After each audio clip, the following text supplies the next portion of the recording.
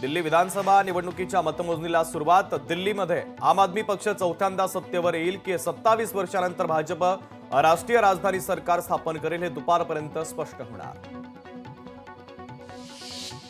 दिल्ली विधानसभा निवडणुकीचे निकाल आज जाहीर होणार। राष्ट्रीय राजधानीमध्ये सर्व 70 विधानसभा जागांवर 5 फेब्रुवारी रोजी झालं होतं मतदान।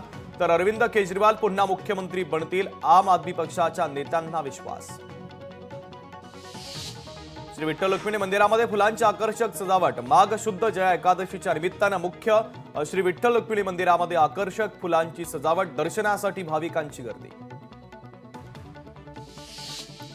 पश्चिम रेल्वेचा 13 तासांचा मेगा ब्लॉक। ग्रँट रोड जवळ 100 वर्ष जुन्या पुलाचं गर्डर टाकण्याचं काम। शनिवारी रात्री 10 ते रविवारी सकाळी 11 वाजेपर्यंत अप आणि डाऊन जलद मार्गावर मेगा ब्लॉक।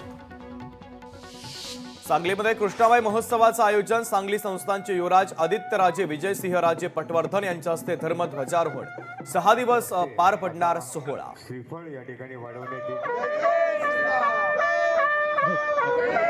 हात खाली घ्या। पुण्याजवळ असलेल्या दिवेघाट डोंगरामध्ये वणवा पेटला। या वणव्यामध्ये शेकडो पशुपक्ष्यांची घरटी जळून खाक। पोलीस निरीक्षक मंगल मोढवे आणि नागरिकांनी आग विझवण्याचा केला प्रयत्न।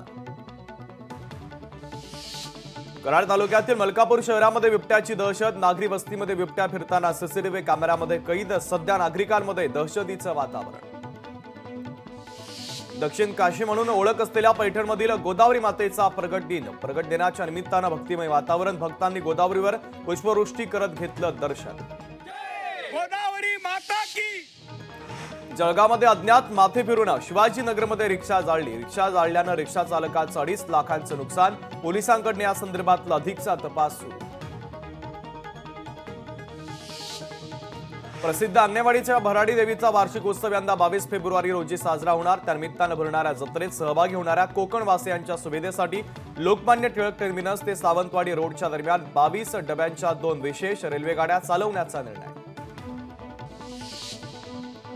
परभणीमध्ये वाहतूक कोंडी। बस स्थानक, रेल्वे स्थानक, उड्डाण पुलाच्या ठिकाणी वाहनांच्या दूरपर्यंत रांगा। वाहनधारकांची प्रचंड गैरसोय। 1 एप्रिल 2019 पूर्वी उत्पादित झालेल्या वाहनांवर, सर्व जुन्या नोंदणीकृत वाहनांवर 31 मार्च 2025 पूर्वी हाय सिक्युरिटी रजिस्ट्रेशन क्रमांक प्लेट बसवणं बंधनकारक। वाहनांच्या नंबर प्लेटमध्ये छेडछाड आणि बनावटगिरी करून होणारे गुन्हे कमी करणं आणि रस्त्यावर धावणाऱ्या वाहनांची ओळख पटवणं या योजनेचा मुख्य उद्देश। सुरक्षेचा कणा असलेल्या 7ही गस्ती बोट देखभाल दुरुस्ती अभावी धक्क्याला। एक बोट पूर्णपणे भंगार अवस्थेत गेल्यानं तिचा वापर कायमचा बंद। उर्वरित 6 बोट नादुरुस्त असल्यानं त्यांचं आधुनिकीकरण प्रस्तावित। त्यामुळे भाड्याच्या 3 बोटींवर सागरी गस्त सुरू असल्याचं समोर। लोकशाही मराठी ऐका, पहा, जागरूक रहा।